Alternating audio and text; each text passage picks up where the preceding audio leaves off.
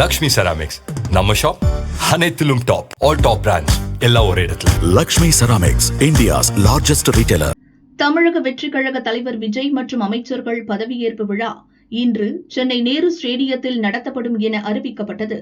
விழா ஏற்பாடுகளை தமிழக அரசின் பொதுத்துறை அதிகாரிகள் தீவிரமாக செய்து கொண்டிருந்தனர். ஆட்சி அமைப்பதற்கான சட்டப்பூர்வ நிகழ்வுகள் எதுவும் நடக்காத நிலையில் பொதுத்துறை இப்படி பதவியேற்பு விழா ஏற்பாடுகளில் மூழ்கியது கவர்னர் அர்லேகர் கவனத்திற்கு கொண்டு செல்லப்பட்டது. இந்த விவரம் அறிந்து கவர்னர் கடும் கோபமானார். இதையடுத்து தமிழக அரசின் தலைமை செயலர் சாய்குமார் மற்றும் காவல்துறை இயக்குநர் சந்தீப் ராய் ரத்தோட் ஆகியோரை அழைத்து கவர்னர் கடிந்து கொண்டதாக தகவல் பரவியிருக்கிறது. ஆட்சி அமைப்பது தொடர்பான எந்த சட்டப்பூர்வ நிகழ்வுகளும் நடக்காத நிலையில் யாரை கேட்டு இப்படியெல்லாம் விழா ஏற்பாடுகள் செய்யப்பட்டன? விழா நடத்த வேண்டும் என்றாலும் வழக்கமான நடைமுறையில் கவர்னர் அலுவலக வளாகத்தில் தானே நடத்துவது வாடிக்கை.